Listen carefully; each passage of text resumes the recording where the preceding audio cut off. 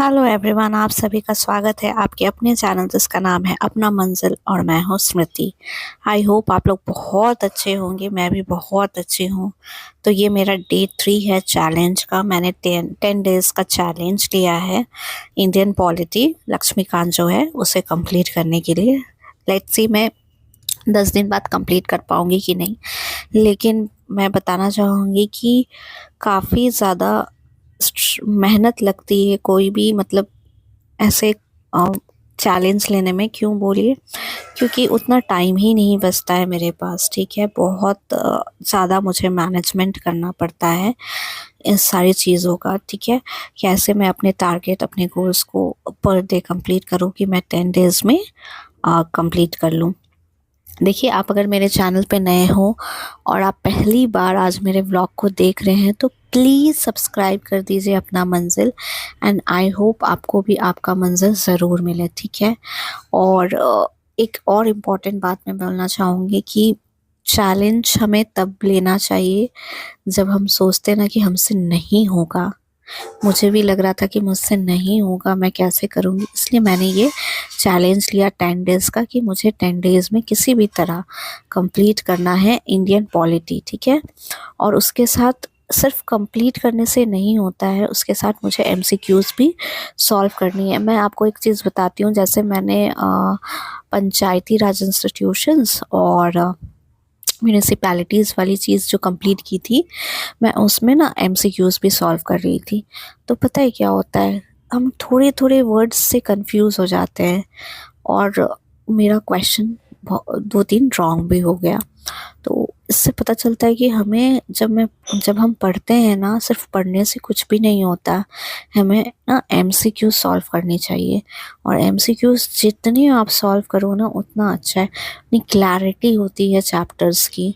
और जो मुझे उस सारे मतलब चैप्टर्स में एक चीज़ कॉमन लगता है कि कॉम्पोजिशन और आपका टेन्योर, ये सब चीज़ों से क्वेश्चंस बहुत ज़्यादा आते हैं। इधर जो पीछे का जितना भी पोर्शन है, यूनिट्स है 5, 6, 7, 8, ये सारे यूनिट्स में इंडियन पॉलिटी का बहुत सारे क्वेश्चंस में कॉम्पोजिशन पूछता है और आपका टेन्योर, ये दो चीज़ ना काफ़ी ज़्यादा इम्पॉर्टेंट होता है।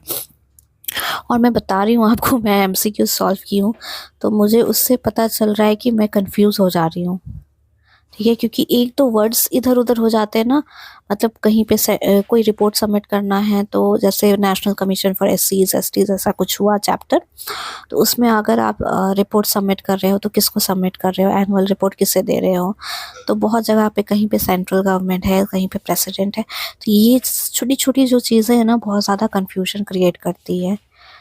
और ये कन्फ्यूजन कैसे आपका हटेगा? आप पढ़ने के बाद रिवाइज करोगे, और जो सबसे सही मेथड होता है वो यही होता है, आप पढ़ो, उसके बाद आप एमसीक्यू सॉल्व करो, देन फिर रिवाइज करो, फिर एमसीक्यू सॉल्व करो।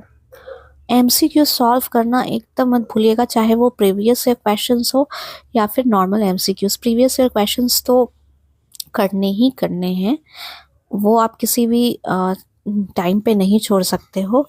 लेकिन उसके अलावा आपको एमसीक्यूज, आप चैप्टर से रिलेटेड जितना ज़्यादा प्रैक्टिस करोगे ना, उतना ज़्यादा आपको चैप्टर में क्लैरिटी आएगी।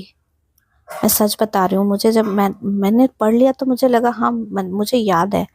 बट मैं जब सेम डे पे नहीं, नेक्स्ट डे पे जब मैंने एमसीक्यू सॉल्व किया तो बहुत जगह मैं कंफ्यूज हो गई। मालूम है आपको, बहुत जगह मैं कंफ्यूज हो गई। तो इससे क्या पता चल रहा है कि मेरे माइंड में सब कुछ नहीं आया है, ठीक है। मुझे लग रहा है कि आ गया, बट रियलिटी कुछ और है। तो इसके लिए हमें एमसीक्यूज बहुत ज़्यादा सॉल्व करने होंगे। हम जितने ज़्यादा सॉल्व करेंगे ना, उतनी ज़्यादा क्लैरिटी होगी। उस एमसीक्यूज के साथ आप पीवाईक्यू को भी ऐड कर लीजिए, या पीवाईक्यू को सेपरेट से कीजिए, वो आपका डिसीजन है। मैं सेपरेट से ही करती हूँ, ठीक है। मैं अलग से ही पीवाईक्यू करूँगी, क्योंकि पीवाईक्यू को थोड़ा अच्छे से आपको देखना पड़ता है। एमसीक्यूज कहीं इजी होता है, कहीं मतलब थोड़ा मीडियम लेवल का, तो एमसीक्यूज अलग हो गया और पीवाईक्यू थोड़ा अलग हो गया। बट एमसीक्यूज से क्या होगा ना, जितने ज़्यादा हम लोग सॉल्व करेंगे ना, उतना ज़्यादा हमें कॉन्फिडेंस भी आएगा। और दूसरी चीज़, क्लैरिटी हो जाती है चैप्टर की, ठीक है। क्लैरिटी होना बहुत ज़्यादा इम्पोर्टेंट होती है। ठीक है। जब तक हमें क्लैरिटी नहीं आएगी तब तक हमें लगता है कि हमने पढ़ लिया तो हो गया। नहीं नहीं, यही तो सबसे बड़ा मिस्टेक है। हम एमसीक्यूज नहीं सॉल्व करते हैं, सिर्फ हम बुक कंप्लीट कर लेते हैं, 4 बार रिवाइज कर लेते हैं, 5 बार रिवाइज कर लेते हैं, बट हम एमसीक्यूज नहीं सॉल्व करते हैं। एमसीक्यूज सॉल्व करना अटमोस्ट इम्पॉर्टेंट चीज़ है, ठीक है, बहुत ज़्यादा इम्पॉर्टेंट है। यहाँ पे मैं यूनिट आई थिंक 8 है, उसका कोऑपरेटिव सोसाइटीज़ को पढ़ रही हूँ। ये उतना ज़्यादा इम्पॉर्टेंट चैप्टर नहीं है, बट एक बार जब पढ़ते हैं ना तो सारे चैप्टर्स को हमें पढ़ लेना चाहिए। उसके बाद हम जब वापस जाएंगे, वापस रिवीजन करने जाएंगे, तब हम कर छोड़ सकते हैं, जो इम्पोर्टेंट है उसे सिर्फ रिवाइज कर सकते हैं। बट मैं सोचिए एक बार सब मैं पढ़ लेती हूँ, देन मैं फिर छोड़ दूंगी। जो मुझे अगर लगेगा इम्पोर्टेंट नहीं है तो मैं उसे स्किप कर दूंगी, ठीक है। तो ये मेरा चैलेंज था, और आज मेरा चैलेंज का मैंने 21 नवंबर से चैलेंज स्टार्ट किया है।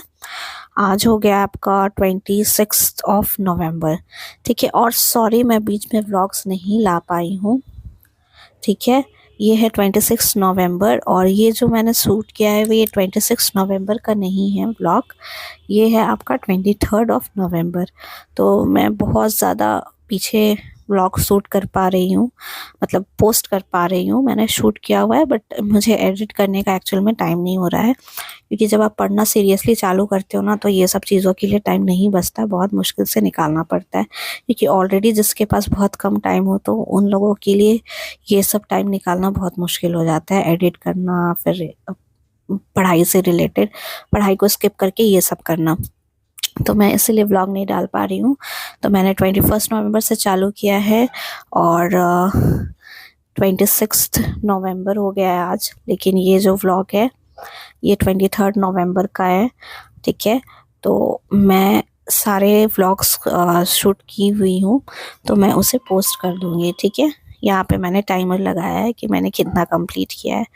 चलिए मिलते हैं नेक्स्ट व्लॉग में, तब तक अपना ध्यान रखिएगा, बाय बाय।